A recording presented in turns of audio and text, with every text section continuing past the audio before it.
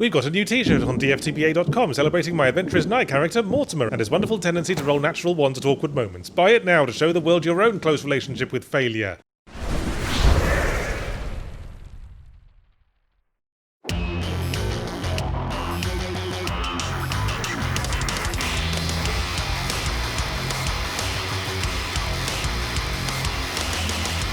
Hey, don't take this the wrong way, Rebellion developments, but why the fuck are you still here? You've been around since 1990-1. In a world where the developers of fucking Hi-Fi Rush and Shadow of Mordor are getting shut down, why is the developer of Never Dead, the Mummy tie-in game for PlayStation 1, and about 15 million Sniper Elite games the only one with this kind of staying power? Those exploding slow-motion Nazi bollocks must be carrying a lot of weight. Maybe a mid-range developer can either make good games or be really savvy at business, but never both. Probably because making good games requires a soul. The kind of soul that upon concocting the notion, boy, people seem to like Fallout and Stalker games a lot, let's knock off a half-assed version of that and set it in fucking Lancashire of all places, might have immediately followed up that thought with something like, no, actually, let's not do that, it's a stupid fucking idea. No one wants to creep around a nuclear disaster exclusion zone in a flat cap and braces, bopping outlaws on the head with a black pudding. Sorry, Yards, quick question, what was the right way we could have taken this? I'm talking about Atomfall, if that wasn't clear, Rebellion's new first-person action stealth open-world RPG thingammy-bum cake, set in a retro-futurist northern England, where exactly the same thing that happened in Stalker appears to have happened. A disaster at a nuclear power plant has spread anomalies across the countryside, the government walled the whole area off, and we're some random passing milkman or chartered accountant who woke up in the exclusion zone with no adequate explanation for how we got there, except that it was necessary for a video game to happen. The goal is simple, get the fuck out and get home, before the missus gives us hell for forgetting to tape Coronation Street. And the only way to do that is to learn the mystery at the heart of the anomalies and pick a faction to side with, and of course it's going to be either the fascists or the nutters. Even if that wasn't the standard model for RPG faction dichotomies, it's fucking Northern England, fascists and nutters are the only people who live there. So either appease the evil military group who keep muttering about oppressing the civvies in Welsh accents, or the redoubtable tree-hugging druid faction with bows and arrows who keep muttering about hearing voices in the soil in the exact same identical Welsh accents. First impressions of Atom Balls weren't great. It seems to be lacking personality. It's not lacking NPCs, can't escape the motherfuckers, there just aren't many personalities to go round. You go to the one still functioning village and there'll just be queues of bleary-eyed nondescript earth tone wearing townspeople arranged around the place, broken up by the odd soldier talking about how the next civvy that gives them lip they're going to top the bastard. The number of times I heard that one specific bark, I assumed I'd be ankle deep in topped bastards by the end of the first hour. The core gameplay loop consists of roaming the countryside trying to avoid hostiles, and that's not great either, largely because the stealth sucks. Enemies spot you instantly, even if you're just peeking out from behind a wall, unless of course you're immersed in the one highly specific kind of vegetation that hides you, so you can be in the middle of dense gorse bushes and still be spotted quicker than a naked pervert in a children's playground with a police siren light taped to the end of their energetically windmilling penis, or go completely unnoticed because you're half crouching in a patch of grass that just about comes up to your fucking knees. And the combat's not that exciting either, because both you and the enemy are stuck with shitty generic shotguns and rifles that have to be reloaded between every shot, so it's like playing a game of Battleship with someone on the far side of a noisy cafeteria. Fortunately, it's also possible to avoid conflict in the overworld because enemies are courteous enough to give verbal warnings if you encroach upon their boundaries and will de-aggro if you back off. But if we're supposed to avoid combat and the stealth sucks and you can't talk to the dudes either or offer them flowers, what does that leave for primary gameplay loops? Nature hikes? My opinion on the game improved when I got to the underground tech bunker that was the game's central hub, and there was a machine that was all like, feed me 4 magic batteries, I don't care where you get them, all the factions have at least one and I'll unlock more rooms for each one you find. And I was like, geez, you could buy me a drink first, tech bunker machine thing. But then I thought about it and went, oh, actually, a single understandable goal hanging over most of the game that drives exploration, that's pretty good game design. But my feelings graduated from ooh to ooh me likey when I realised Atomfall has no objective markers. Like, at all. And having been conditioned for years by games that stick 2 fingers up your nose and lead you around like a mischievous horse, it's kind of sad that a game can be refreshing and interesting just by asking you to pay attention and think about stuff. And more often than not, it rewarded my thinking. I'm searching for a specific quest item and have to think things like, well, it's probably in that important looking room that all the guards are worried about, and hey, there it was. Or a quest giver directs me to check on strange happenings at the village dildo shop, and I think, well, logically, it's probably opposite the lubricant farm, and that's how I find it. So I was liking the game around the midpoint. It's almost like when a game forces you to engage with its world and story, then it becomes more engaging. Gosh, thanks for the searing inside, Yards. I'm gonna fucking embroider that one. Oh, shut up. Sadly, Atomfall failed to stick the landing, and I went off it again by the end, so here comes the spoiler warning. Spoiler warning, spoiler warning, here come all the spoils. If you'd rather not hear the spoilers, then please kick me in the boils. After unlocking the hub, you pass through a final area full of those very annoying to fight mutant enemies who drain all your health and give you a status ailment just from going jazz hands at you, and then you finally reach the centre of the anomalies to learn the truth behind it all, and it is a big glowing space rock.